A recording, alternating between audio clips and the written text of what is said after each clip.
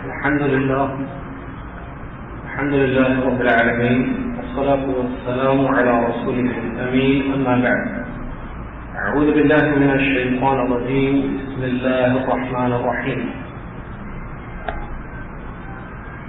يا أيها الذين آمنوا اتقوا الله حق تقاته ولا تموتن إلا وأنتم مسلمون. يا أيها الناس اتقوا ربكم الذي خلقكم من نفس واحدة وخلق منها زوجها وبث منهما رجالا كثيرا ونساء، واتقوا الله الذي تساءلون به والأرحام إن الله كان عليكم رقيبا. يا أيها الذين آمنوا اتقوا الله وقولوا قولا سديدا يصلح لكم أعمالكم ويغفر لكم ذنوبكم، ومن يطع الله ورسوله فقد فاز فوزا عظيما. قال الله سبحانه وتعالى: ولله على الناس حج البيت من استطاع إليه سبيلا. وقال سبحانه وتعالى: ثم أفيضوا من حيث أفاض الناس واستغفروا الله إن الله غفور رحيم. برادران اسلام، عزیز سامعین، اسلامی خواتین، عزیز بچوں، آج 26 ذی القعدہ 1432 ہجری مطابق 24 اکتوبر 2011 عیسوی، بعد نماز عشاء مسجد عزیزیہ میں یہ ہفتہ واری درس ہو رہا ہے. سب سے پہلے اللہ تبارک و تعالیٰ کی یہ تعریف ہو جس اللہ تبارک و تعالیٰ نے اپنی عبادتوں کو ہم پر فرض قرار دیا اور اسی عبادت کے لیے اس نے ہماری تخلیق فرمائی تاکہ ہم اس کی بندگی اخلاص کے ساتھ کریں اور اس کے ساتھ کسی کو شریک نہ کریں.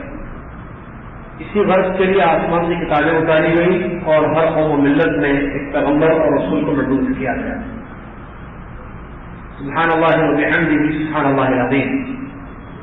اس کے بعد السلام ہو امام الانبیاء محمد رسول اللہ صلی اللہ علیہ وسلم کی ذات گرامی پر کہ جنہوں نے حج کیا، طواف کیا، مدینہ سے اپنے ساتھ جانور لائے تھے، حج قرآن کیا. یہ فرمایا کہ اگر مجھے پہلے معلوم ہوتا تو میں اپنے ساتھ جانور نہیں لاتا اور اس حج کو عمرہ بنا لیتا اور حج تمتع میں کرتا. طواف کیا، سعی کی، پھر اسی احرام پر مینا تشریف لے گئے. خانہ کعبہ میں داخل ہونے سے پہلے، طواف کرنے سے پہلے حالت احرام پر جب آپ تھے، آپ نے غسل بھی فرمایا، آرام بھی کیا اس وادی میں. اس کے بعد بیت اللہ تشریف لائے، طواف کیا، سعی کی، پھر مینا تشریف لے گئے. 8 تاریخ کے دن ظہر سے پہلے ظہر کی نماز وہاں ادا کی، قصر 2 رکعت. تمام صحابہ نے آپ کے پیچھے نماز ادا کی. پھر عصر کی نماز عصر کے وقت آپ نے ادا کی 2 رکعت پڑھ کر. پھر مغرب کے دن مغرب کی نماز 3 رکعت، عشاء مغرب کے وقت مغرب کی 3 رکعت، عشاء کے وقت عشاء کی 2 رکعت. پھر ذکر آپ نے پڑھی اور آرام کیا.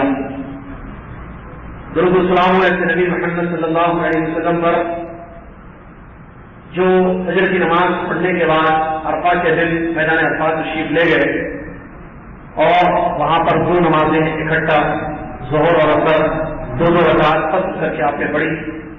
لوگوں کو ایک جامع خطبہ دیا جس میں بہت ساری باتیں بیان فرمائی، سود کے خاتمے کا اعلان کیا اور اخوت اور بھائی چارگی پر امت کو ابھارا اور بھی بہت ساری باتیں اس خطبے میں آخر اسلام نے بیان فرمائی.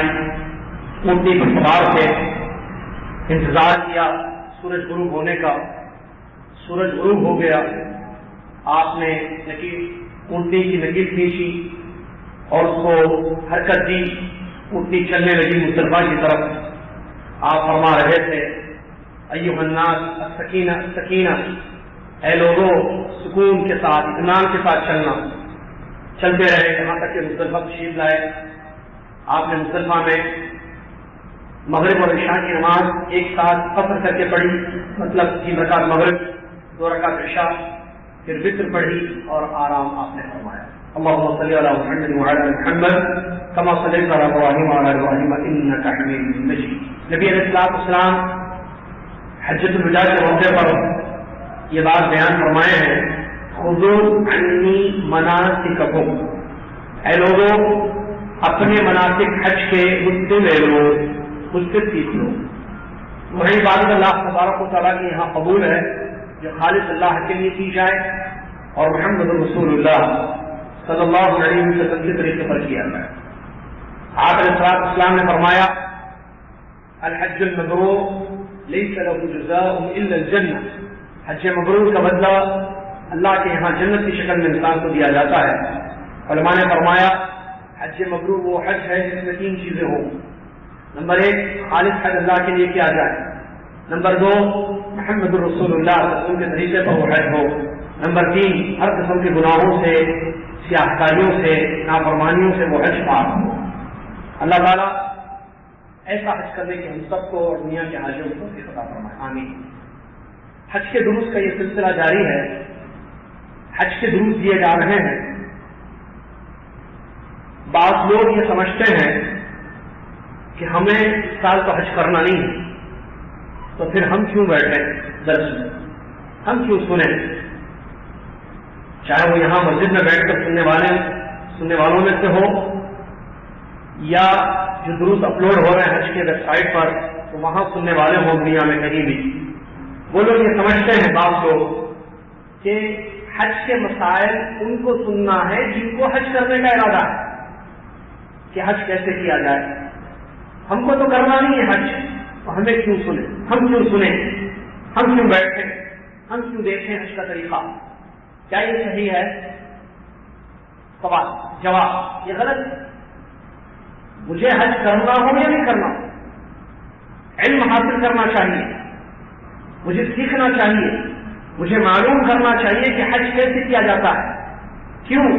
تاکہ آئندہ جب میں ارادہ کروں انشاءاللہ تو علم کی بیس پر حج کروں، یا میرے وہ عزیز و اقارب جو حج کے لیے نکلے ہوئے ہیں یا نکلنا چاہتے ہیں، حج کرنا چاہتے ہیں، میں ان تک یہ علم پہنچاؤں، غلطیاں دور کروں، اس علم کی تبلیغ کروں اور ان کو بتاؤں کہ حج کیسے ہونا چاہیے.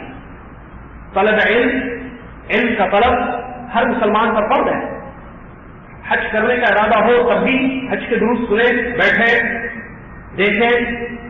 اگر ارادہ نہ ہو تب بھی دیکھیں، دونوں میں فائدہ ہے. اللہ تبارک و تعالیٰ کا یہ حکم ہے کہ ہم علم حاصل کریں، اور علم ضروری ہے. بالخصوص آپ لوگ جو بیٹھے ہوئے جدہ والے، آپ کے پاس لوگ آتے ہیں اور یہاں سے گزر حاجیوں کا ہوتا ہے. بہت سارے لوگ حج کرتے ہیں جو آپ کے عزیز و اقارب میں سے ہیں یا معارف میں سے ہیں. ضروری ہے کہ ان تک صحیح علم آپ پہنچائیں. کیوں؟ اس لیے کہ کامیابی کے لیے قرآن میں اللہ تعالیٰ نے یہ بات ذکر کی ہے اِلَّا الَّذِينَ آمَنُوا وَعَمِلُوا الصَّالِحَاتِ وَتَوَاصَوْا بِالْحَقِّ وَتَوَاصَوْا بِالصَّبْرِ. اگر خسارے سے اپنے آپ کو بچانا ہے تو پورے عصر میں یہ بات بتائی گئی. اگر دنیا اور آخرت کے خسارے سے اپنے آپ کو بچانا ہے تو 4 کام کرنا ہے. ایک علم حاصل کرنا ہے، دوسرا عمل کرنا ہے، تیسرا اس علم کو پھیلانا ہے، چوتھا اس سلسلے میں جو پریشانی ہے اس پر صبر کرنا ہے. تو علم، عمل، تبلیغ، صبر. علم حاصل کرنا ضروری ہے، تو حج کا علم حاصل کرنا ہے تاکہ ہمیں معلوم ہو کہ حج کیسے کیا جاتا ہے. پھر ہم اسی بیس پر حج کریں، حج کرنے والوں کو یہ باتیں پہنچائیں اور صبر کریں. لہذا کوئی یہ بہانہ نہ کرے کہ نہیں جی مجھے تو حج نہیں کرنا ہے، یا نہیں صاحب ہم تو حج نہیں جاتے ہیں، حج کو نہیں جاتے ہیں، لہٰذا ہم نماز پڑھیں گے اٹھ کے چلے جائیں گے، درس نہیں سنیں گے یا دعوت سینٹر نہیں آئیں گے. کیوں؟ کیونکہ ہم کو حج کرنا نہیں ہے. تو آپ بھول گئے ہیں وہ حدیث جس حدیث شریف میں نبی علیہ السلام نے فرمایا من سلک طریقا یلتمس فیہ علما سہل اللہ بہ طریقا الی الجنہ.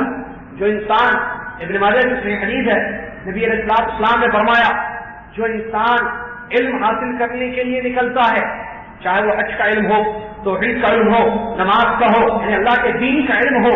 اور حج تو فریضہ اسلام میں سے فریضہ ہے، اسلام کے ارکان میں سے اہم ترین رکن ہے، جس کے بڑے اہم ترین مسائل ہیں، جس کا جاننا بہت ضروری ہے تاکہ سبھی چیزیں ہم کو معلوم ہو.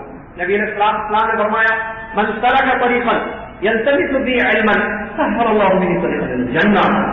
اگر انسان راستے پر نکلے، یہاں سے جائے، دعوت سینٹر جائے، کسی عالم کے گھر جائے، مدرسہ جائے، لائبریری جائے علم حاصل کرنے کے لیے، تو اللہ تعالیٰ اس کے ذریعے جنت کا راستہ اس کے لیے آسان کر دیتا ہے.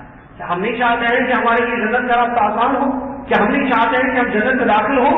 جب ہم یہ چاہتے ہیں تو پھر راستوں پر کیوں نہ نکلیں؟ وہ راستہ جو ہم کو آسانی سے جنت تک پہنچاتا ہے علم کا راستہ ہے. لہذا حج کرنا ہو یا نہیں کرنا ہو، پابندی ہونی چاہیے، آنا چاہیے، جانا چاہیے دعوت سینٹر، اور علم حاصل کرنا چاہیے.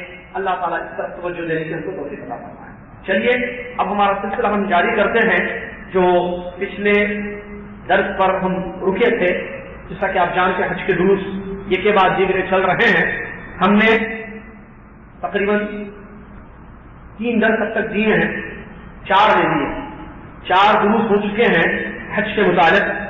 سب سے پہلا درس تھا حج کیا ہے اور کن لوگوں پر حج فرض ہوتا ہے، اور حج کے قبول ہونے کے لیے وہ 2 چیزیں کیا ہیں جس کا ذکر شریعت میں بیان کیا ہے، جس کا ذکر قرآن و حدیث میں.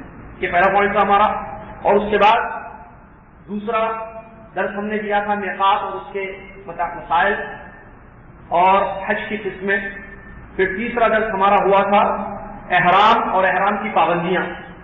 احرام کس کو کہتے ہیں، مرد کے لیے کیا ہے، عورت کے لیے کیا ہے، اور پھر احرام کی پابندیاں. اور اس کے بعد چوتھا ہمارا درس ہوا تھا آخری پچھلا کہ حالت احرام میں جائز کام کون سے ہیں جو انسان کر سکتا ہے اور اس کے احرام پر کوئی فرق نہیں پڑے گا، اور عمرے کا طریقہ صحیح کیا ہے. یہ ہم نے پچھلے درس میں پڑھا تھا. آئیے سلسلہ آگے بڑھاتے ہیں.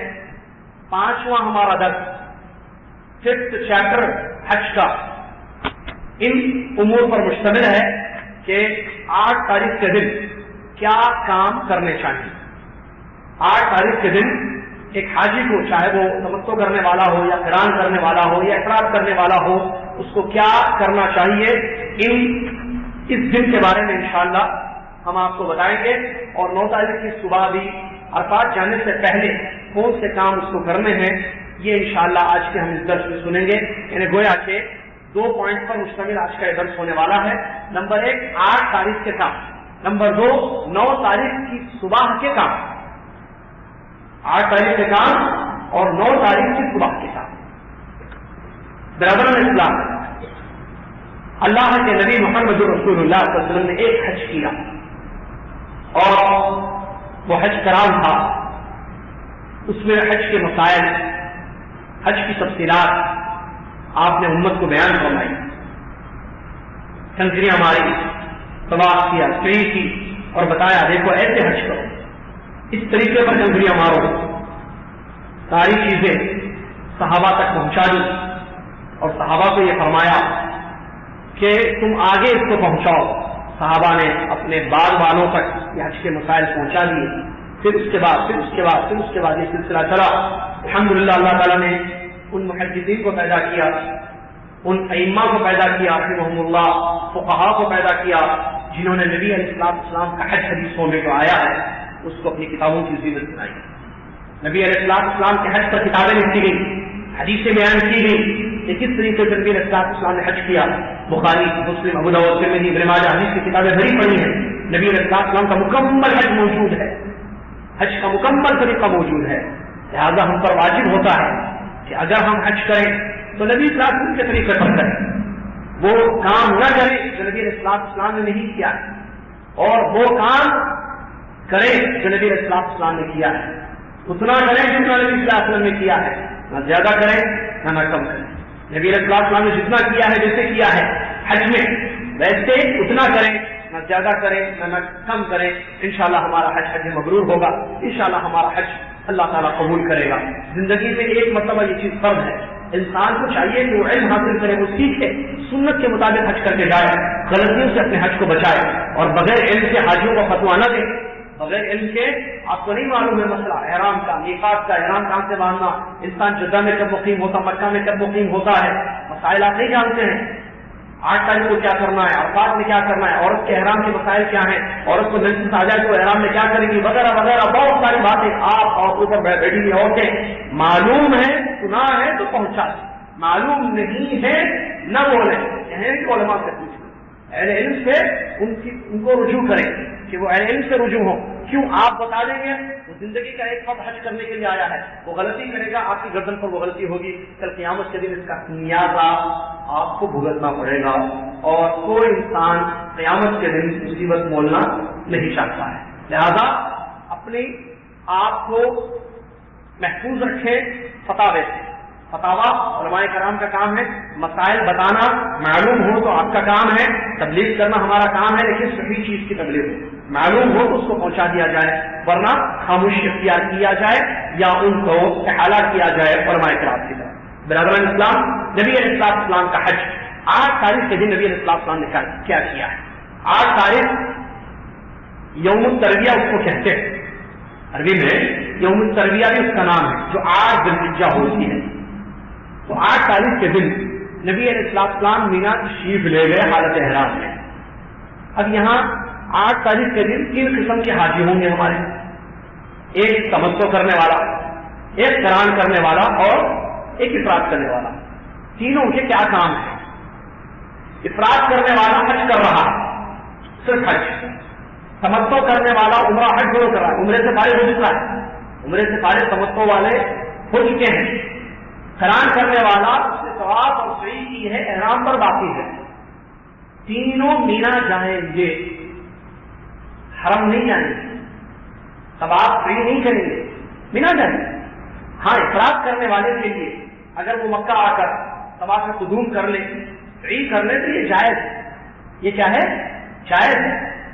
نہیں کرتا ہے سیدھا مینا جاتا ہے، صحیح، یہ بھی جائز، سیدھے حج کا احرام باندھ کے مینا جاتا ہے، کیونکہ طواف قدوم سنت ہے، واجب یا رکن نہیں ہے۔ تمتع کرنے والا فارغ ہو گیا عمرے سے پہلے، 8 تاریخ کے دن تمتع کرنے والا کیا کرے گا؟ 8 تاریخ کے دن صبح اپنے گھر سے یا جہاں بھی وہ ہے احرام باندھے گا، مینا جائے گا، احرام باندھے گا، مینا جائے گا۔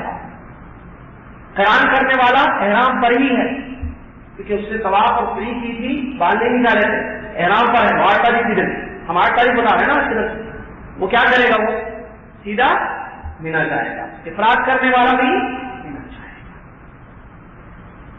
ایک بات، کیا اگر تمتع کرنے والے کرتے ہیں، اگر ہم طواف کر کے سعی کر لیں، طواف کر کے 8 تاریخ کے دن صحیح کر لیں، آپ کو تمتع کرنے والے، تو 10 تاریخ کے دن صحیح کرنے کی ضرورت نہیں پڑے گی؟ کیا یہ صحیح ہے؟ یعنی حج پر طواف اور سعی کو مقدم کرنا، 8 تاریخ کو مینا جانے سے پہلے طواف صحیح کر کے چلے جائیں، 10 تاریخ کے دن جو طواف افاضہ کرنا ہے وہ طواف پہلے کر لیا ہے۔ 10 تاریخ کے دن طواف افاضہ کرنا ہے، طواف افاضہ، طواف زیارہ، طواف حج، ایک ہی طواف کے 3 نام ہیں، جو 10 تاریخ جو رکن ہے، اگر کسی نے نہیں کیا اس کا حج ہوگا ہی نہیں۔ تو اگر ہم طواف کرنا، اس دن رش ہوتا ہے، بھیڑ ہوتی ہے، 10 تاریخ کو بہت لوگ، سارے لوگوں کو طواف کرنا ہے، طواف افاضہ ہے، تو کچھ لوگ کیا کرتے ہیں، یہ بتایا جاتا ہے کہ آپ پہلے کر لیں۔ کب کر لیں؟ 8 کے دن صبح کر لیں۔ لوگ مینا جا رہے ہیں، آپ جائیے طواف افاضہ کر لیجیے، صحیح کر لیجیے، چلیے۔ حرام ہے یہ، کیا ہے یہ؟ حرام۔ علماء نے فرمایا حرام، جائز نہیں کہ آپ طواف حج سے پہلے کریں، طواف افاضہ، طواف افاضہ نہیں کر سکتے ہیں، اس کا وقت یہ نہیں ہے، عرفات کے بعد ہے اس کا وقت۔ طواف افاضہ بولتے ہیں نا افادہ کیا مطلب؟ سب ان کو معلوم ہے کہ نام تو آپ افادہ مطلب نکلنا. جب عرفات سے نکل کر لوگ آئے ہیں اس کے بعد طواف کرو. اللہ نے قرآن میں فرمایا ثم افیضوا من حیث افاض الناس، تم نکلو جہاں سے لوگ نکلے ہیں. تو عرفات سے نکل کر جانے کے بعد کیا جاتا ہے وہ طواف. عرفات سے نکلنے کے بعد پھر مزدلفہ کی رات گزارنے کے بعد طواف ہوتا ہے، یا آدھی رات گزارنے کے بعد اس سے آگے آئے گا بولے رہو عورتوں کو اجازت ہے تو اپنے بازا کی نکلنا ہے. عرفات سے پہلے افادہ ہوا ہی نہیں تو طواف کیسے ہوگا بھائی؟ افادہ عرفات میں ہوتا ہے. افیضوا من حیث افاض الناس، قرآن میں اللہ نے کہا لوگ نکلے ہیں عرفات سے تم بھی نکلو. تو ابھی عرفات گیا ہی نہیں، وہ 8 تاریخ کی صبح ہے نا، ابھی وہ عرفات گیا ہی نہیں تو افادہ کیسے ہوگا اس کا؟ نہیں ہو سکتا ہے. لا یجوز فرمانے کا شاید نہیں ہے. لہٰذا اس بات کو اچھی طریقے سے لوگوں کو سمجھا جائے یا آپ سمجھ لیں کہ طواف افادہ پہلے نہیں کیا جا سکتا 8 تاریخ کے دن. 8 تاریخ کے دن سنت رسول یہی ہے کہ تمتع کرنے والے یا قران کرنے والے یا افراد کرنے والے مینا جائیں. افراد کرنے والے کے لیے ہم نے بتا دیا ہے استثنائی سے، لیکن تمتع جو عام طور پر آفاقی حجاج کرتے ہیں یا اکثر لوگ حج کرتے ہیں جو افضل حج ہے جیسا کہ بتایا ہم نے، تو 8 تاریخ کے دن سیدھے کہاں جانا ہے؟ مینا جانا ہے. مینا اسنان تو وہیں جانا ہے. طواف نہیں کرنا ہے نا، صحیح کرنا ہے. اس وقت وہاں پہنچے اس دن وہاں قیام کرنا ہے اور نمازیں اپنے اپنے وقت پر قصر کر کے پڑھنی ہے. 8 تاریخ کے دن مینا میں رہنے کا حکم کیا ہے؟ ٹائپ آف آرڈر، رکن ہے یا واجب ہے یا سنت؟ کیوں؟ رکن کا مطلب اگر ہم نے رکن چھوڑ دیا تو حج ہمارا نہیں، اس کو بولتے ہیں. واجب حج کے کچھ واجبات ہیں، آگے ہم خلاصہ اس کا پیش کریں گے، کتابیں تفصیل دی جائیں گی وغیرہ انشاءاللہ. واجب کس کو کہتے ہیں؟ حج کا واجب وہ کہ اگر آپ سے وہ چھوٹ جائے، تو 8 واجبات ہیں تقریباً حج کے، اگر وہ چھوٹ جاتے ہیں ان میں سے کوئی تو دم دینا پڑے گا. حج تو صرف دم. سنت، حج کی سنتوں میں سے کچھ سنتیں ہیں جیسا کہ 8 تاریخ سے وہاں روکنا، اگر یہ چھوٹ جائے تو حج نہیں ہوگا، دم بھی دینا نہیں پڑے گا. بس ایک سنت چھوٹ دیا. بات سمجھ رہے ہیں؟ تو 8 تاریخ کے دن مینا کا قیام یہ کیا ہے؟ یہ سنت ہے. چلیے 8 تاریخ کے دن ظہر سے پہلے پہنچنا سنت رسول ہے. کیوں؟ اس لیے کہ نبی علیہ السلام پہنچے، اونٹنی پر سوار تھے، مکہ سے نکلے، آپ مینا پہنچ، مکہ سے مینا زیادہ دور نہیں معلوم ہے، آپ اونٹنی پر بھی حضرت کا انسان کو کتنی دیر لگے. فجر کی نماز کے بعد احرام باندھ کر ایک انسان نکل جائے تو آرام سے پہنچ جاتا ہے. وہ پیدل بھی چلا جائے تو پہنچ جاتا ہے. نہیں پہنچتا ہے مینا پیدل پہنچتے ہیں. آج تو ٹنلز بنائے ہوئے لوگ آتے ہیں، ہم بھی آئے گئے. آپ کو معلوم ہے کتنی دیر ہوتی ہے مینا سے کہہ رہا ہوں، مینا سے ادھر حرم آنے کچھ گھنٹے لگتے ہیں، بس 2 گھنٹے 3 گھنٹے میکسیمم. ٹھیک ہے پیدل سے. تو پیارے نبی صلی اللہ علیہ وسلم ظہر سے پہلے وہاں پہنچے. یہ سنت ہے. بعض لوگ کہتے ہیں ضروری ہے ہم بھی ظہر سے پہلے پہنچے. اگر ظہر کے بعد پہنچ گئے تو پریشان ہو جاتے ہیں. اتفاق سے ظہر کے بعد اگر وہ پہنچ گئے یا اثر میں پہنچے تو پریشان ہو جاتے ہیں. کیا یہ صحیح پریشان ہونا؟ نہیں، ٹھیک ہے سنت ہے. آپ کوشش کریں کہ ظہر کی نماز وہاں ہو، لیکن وہ واجب کام نہیں ہے. میں نے کہا ٹھیک ہے ایک بات. اچھا اگر کوئی اس دن ظہر نہیں بلکہ فجر سے پہلے پہنچ گئے تو کوئی بات نہیں. کیوں کہہ رہا ہوں؟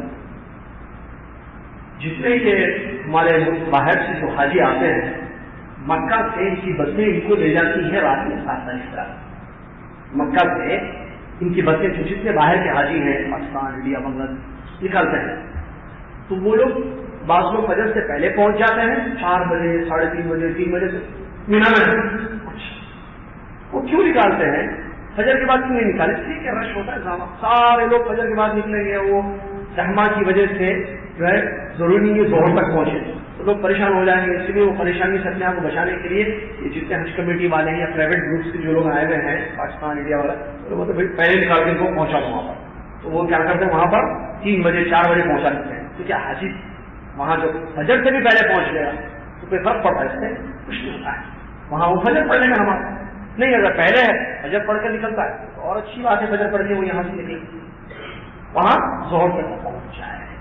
پہنچنے کے بعد مینا میں کیا کرنا ہے؟ ظہر کی نماز 2 رکعت پڑھنی ہے یا 4 رکعت پڑھنی ہے؟ یہ ظہر ہے. مسئلے ہمارے لیے اللہ تعالیٰ نے قرآن میں فرمایا لقد کان لکم فی رسول اللہ اسوۃ حسنہ, تمہارے لیے رسول اللہ رسول کی زندگی بہترین نمونہ ہے. نبی علیہ السلام نے مینا میں 8 تاریخ کے دن ظہر کی کتنی رکعت پڑھی؟ 2. ہم کتنی پڑھیں گے؟ 2. اچھا, اگر ہمارا قیام 15 دن سے زیادہ ہے, ایک مسئلہ جو عام طور پر آتا ہے, پوچھتے ہیں لوگ, ایک مسئلہ لوگوں میں یہ بتایا گیا ہے کہ آپ کسی بھی مقام کسی بھی جگہ 15 دن سے زیادہ اسٹے کریں گے آپ مقیم ہو جائیں گے, نمازیں پوری پڑھنی پڑیں گی. یہ بتایا گیا ہے. کیا حدیثوں سے اس کی کوئی دلیل ملتی ہے کہ 15 دن سے زیادہ قیام ہو تو نمازیں قصر پڑیں گی؟ نہیں, اس کی کوئی دلیل نہیں. تبوک میں نبی صلی اللہ علیہ وسلم 19 دن رہے قصر کرتے ہوئے. کتنے؟ 19 دن. 19 تو زیادہ ہے. بعض صحابہ مہینوں سفر کیا ہے, بعض صحابہ نے قصر کیا. آذربائیجان میں شاید صحابہ گئے تھے اور 3-4 مہینوں سے زیادہ ان کا اسٹے تھا وہاں پر صحابہ, انہوں نے نمازیں قصر کی. صحیح قول کتاب و سنت کی روشنی میں یہ ہے, سفر انسان کرے کتنے بھی دن کا قیام کیوں نہ ہو, اس کو چاہیے کہ وہ نمازیں قصر کرنی پڑے, کیونکہ وہ مسافر کا حکم میں ہوتا ہے. بعض علماء کا یہ فتویٰ ہے کہ 3 دن سے زیادہ 4 دن سے زیادہ اسٹے کرے تو پھر وہ مقیم ہو جاتا ہے, اس کو چاہیے کہ وہ نمازیں پوری پڑے. لیکن جہاں تک حج کا مسئلہ ہے تو علماء کرام جنہوں نے یہ فتویٰ بھی کیا ہے کہ 3 دن سے زیادہ مقیم ہو جاتا ہے کسی جگہ اسٹے کرنے کا ارادہ کرے انسان 4 دن یا اس سے زیادہ, تو ان لوگوں کا بھی اتفاقی طور پر یہ مسئلہ ہے کہ مینا مصطلفہ عرفات کی ساری نمازیں قصر پڑیں گے. اس کا تعلق جو ہے سفر سے نہیں ہے, یہ حج کے مسائل میں سے ہے. پوائنٹ کو اور چیزوں میں بھی بتا رہا ہوں. مینا مصطلفہ عرفات میں مسئلہ سفر یا مسافر ہے یا مقیم ہے یہ مسئلہ نہیں ہے. نبی وہاں حج کے مناسک میں سے یہ ہے کہ نمازیں ساری دنیا کے حاجی قصر کر کے پڑھیں. مکہ میں رہیں یا مدینہ میں رہیں تب مسائل آتے ہیں سفر کی, لیکن یہ حج کے کاموں میں سے ایک کام ہے کہ نمازیں قصر کر کے پڑھا جائے. سفر سے اس کا ریلیشن نہیں ہے, یہ علماء کرام کا فتویٰ ہے اور علماء کرام نے اس باتوں کی کتابوں میں لکھا ہے. ذہن پر حج کے مسائل میں سے نہیں, مناسک حج میں سے ہے, احکام میں سے ہے کہ آپ کی نمازیں ساری وہاں قصر ہو. بعض جگہ جمع کریں گے جہاں رسول نے جمع اکٹھا کر کے پڑھی ہے, اور بعض جگہ الگ الگ پڑھیں گے, جیسے 8 تاریخ کے دن کی نمازیں نبی علیہ السلام نے الگ کر کے پڑھی. سمجھ میں آ رہا ہے؟ ظہر کی نماز 2 رکعت پڑھیں گے. ظہر سے پہلے ظہر کے بعد کی سنتیں پڑھیں گے یا نہیں پڑھیں گے؟ سنت موقع نہیں پڑھیں گے. نبی صلی اللہ علیہ وسلم عصر کی نماز 2 رکعت پڑھیں گے. مینا میں عصر کی نماز بھی 2 رکعت پڑھیں گے قصر, عصر کے بعد. اس سے پہلے اس کے بعد کوئی سنت ہے ہی نہیں, سنت موقع. مغرب کی نماز قصر نہیں ہوتی ہے, 3 کو 3 ہی پڑھا جائے گا, 1.5 رکعت نماز نہیں پڑھی جائے گی. عشاء کی نماز چونکہ 4 رکعت ہے اس کو بھی قصر کر کے 2 رکعت پڑھ لیں گے. کتنی ہو گئی؟ یہ 4 نمازیں آپ کو پڑھیں. ظہر کے وقت قصر, عصر کے وقت قصر, مغرب 3 رکعت جو وادی نہیں ہو سکتی ہے, اور عشاء 2 رکعت وتر پڑھ کے سو جائیں گے. اس کے علاوہ کیا کام کریں گے 8 تاریخ کے دن؟ نمازیں تو پڑھنا ہے, بالکل پڑھیں. اس کے علاوہ ٹینٹوں کو چیک کرنا. ایک لوگ جو کام کرتے ہیں 8 تاریخ کے دن, سگریٹ پینا. معلوم آپ کو سگریٹ پیتے ہیں لوگ 8 تاریخ کے دن. کیا مطلب 8 تاریخ کو پیتے ہیں؟ کیوں خاص طور سے پیتے ہیں؟ نہیں, پینا ہے ہمیشہ پینا ہے. ایئرپورٹ پہ بھی پیتے ہیں, ایئرپورٹ پر بھی آتے پیتے ہیں, مکہ میں بھی پیتے ہیں, احرام میں بھی پیتے ہیں, حلال کپڑوں میں بھی پیتے ہیں, سب گھر میں بھی پیتے ہیں, باہر میں بھی پیتے ہیں. صرف مسجد میں نہیں پیتے لوگ نہیں, اور روزے میں بھی ماننا پڑے گا آپ کو. نو اسموکنگ روزہ ہے, ایسے کیوں آپ کیوں نہیں پی رہے؟ اللہ نے حرام قرار دیا ہے, پیوں گا تو روزہ ٹوٹ جائے گا. اچھا مغرب کے بعد حلال ہے, مغرب سے پہلے سگریٹ حرام ہے, افطار سے پہلے نہیں پی سکتے، افطار کے بعد اس کی دل نہیں کھڑتے، یہ ڈفرنس کہاں سے لا لیا؟ ہمیشہ نہیں پینا ہے، ٹھیک ہے؟ تو یہ غلط ہے کہ انسان حالت احرام میں ہے، عبادت میں ہے، مقدس مقام پر ہے اور اللہ کی نافرمانی کر رہا ہے، چاہتا ہے کہ جنت تجھے مل جائے، سچ کے لیے کیسے ملے گی؟ اللہ تعالیٰ نے قرآن فرمایا الحج اشہر معلومات فمن فرض فیہن الحج فلا رفث ولا فسوق ولا جدال فی الحج۔ حج میں فسوق سے بچانا ہے، فسوق کہتے ہیں گناہوں کو۔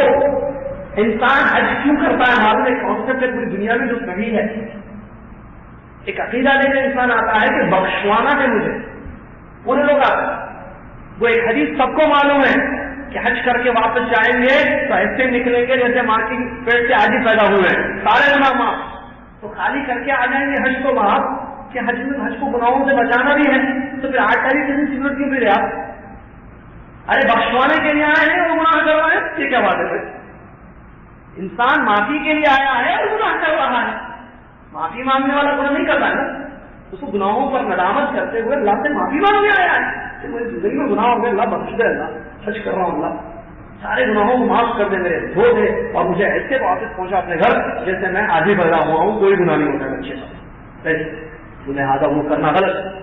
وقت کو ضائع کرنا وہاں پر ٹینٹ دیکھنا، چیک کرنا، مان لو عجیب و غریب دماغ لے کر آتے ہیں، چیک کرتے ہیں یہ فائر پروف ہے، پہلے ایسٹیمیٹ تھے، پھر سے اور بھی چیزیں چیک کی جاتی ہیں، باہر نکل کے ٹہل کے آتے ہیں، دیکھتے ہیں کیا اس کا کہتا ہے، کیا کچھ کہتا ہے، ٹھیک ہے؟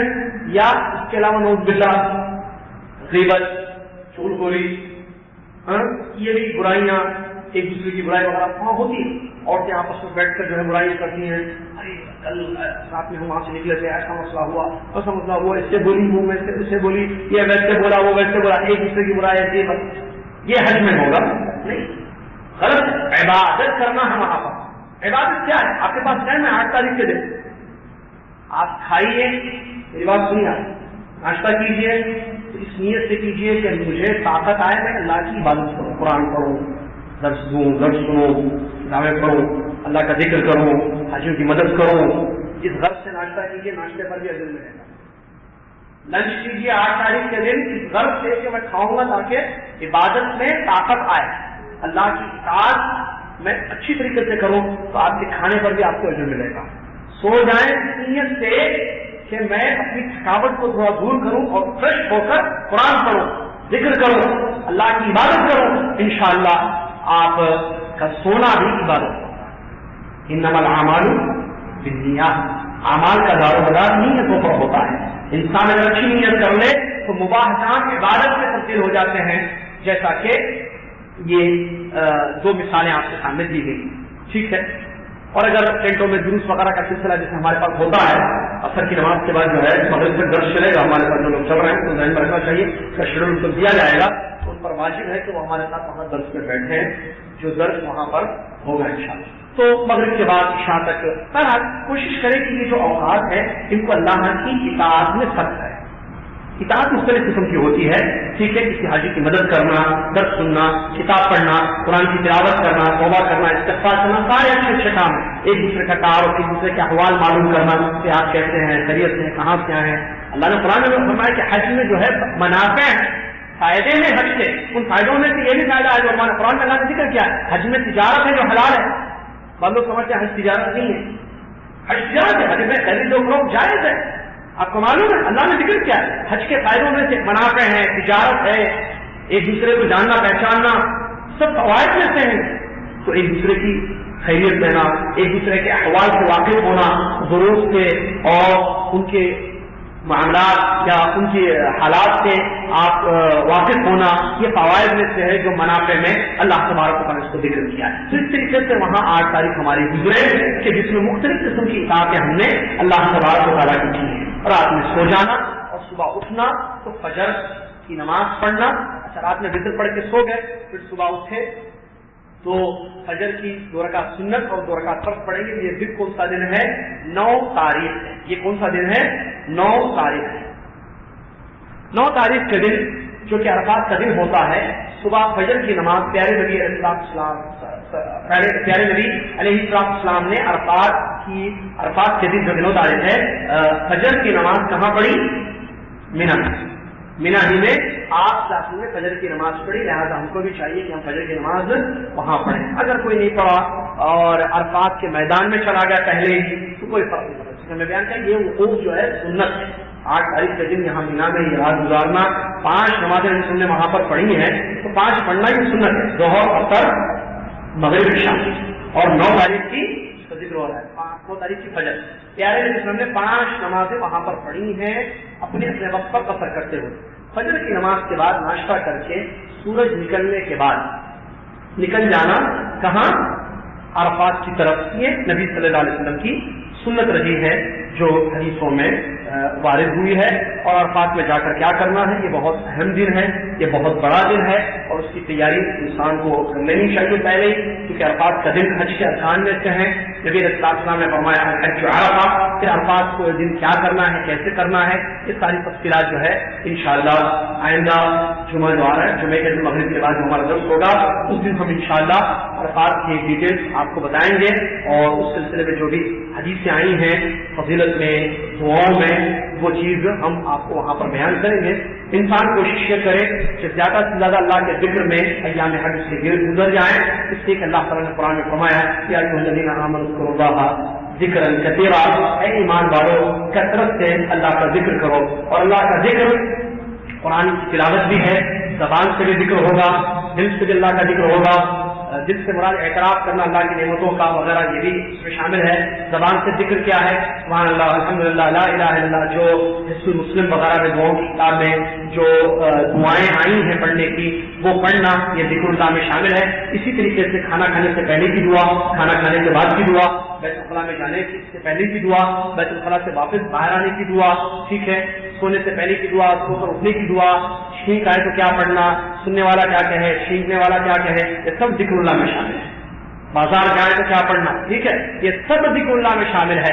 تو 8 تاریخ کا دن اور 9 تاریخ کی صبح اللہ کے ذکر میں انسان کو چاہیے کہ وہ مصروف رہے۔ اس سے کیا ہوگا، شیطان کا حملہ نہیں ہوگا، کیونکہ شیطان ابلیس دشمن ہے جو انسان پر حملے کرتا ہے اور اس کو مینا میں بھی بھٹکانے کی کوشش کرتا ہے، عرفات میں بھی بھٹکانے کی اور گمراہ کرنے کی کوشش کرتا ہے۔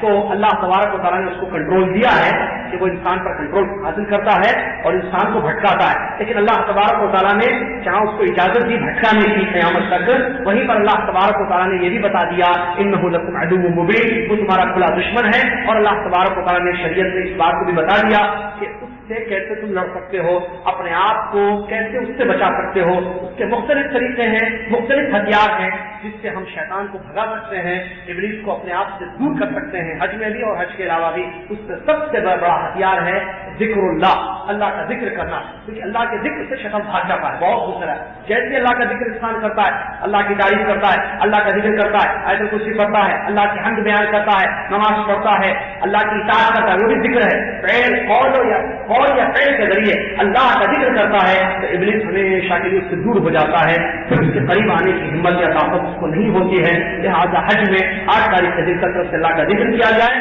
اور اللہ تبارک و تعالیٰ کی بڑائی بیان کی جائے تاکہ شیطان ہم سے دور ہو جائے۔ اور ایک حدیث میں نبی علیہ السلام نے ذکر اللہ کو جہاد سے بھی افضل عمل قرار دیا ہے۔ حدیث میں نبی صلی اللہ علیہ وسلم نے فرمایا کہ اللہ کا ایک ایسا عمل تم کو نہ بتاؤ جو سونے چاندی کو اللہ کے راستے میں خرچ کرنے سے بھی زیادہ افضل ہے، اور تم دشمنوں سے ملو میدان جنگ میں، تم دشمنوں کی گردنیں کاٹو اور دشمن تمہاری گردنیں کاٹے، اس سے بھی افضل ہے ایک عمل، ایک کام اس سے بھی افضل ہے، اور سونا چاندی اللہ کے راستے میں خرچ کرو اس سے بھی زیادہ افضل ہے۔ صحابہ نے فرمایا کیا ہے وہ عمل جو اس سے زیادہ افضل ہے؟ ذکر اللہ، نے فرمایا اللہ کا ذکر۔ لہٰذا حج میں کوشش انسان یہ کرے کہ زیادہ سے زیادہ اللہ تبارک و تعالیٰ کا ذکر کرتے رہے۔ اللہ ہم سب کو اس چیزوں کی عطا فرمائے، سنت کے مطابق عطا فرمائے۔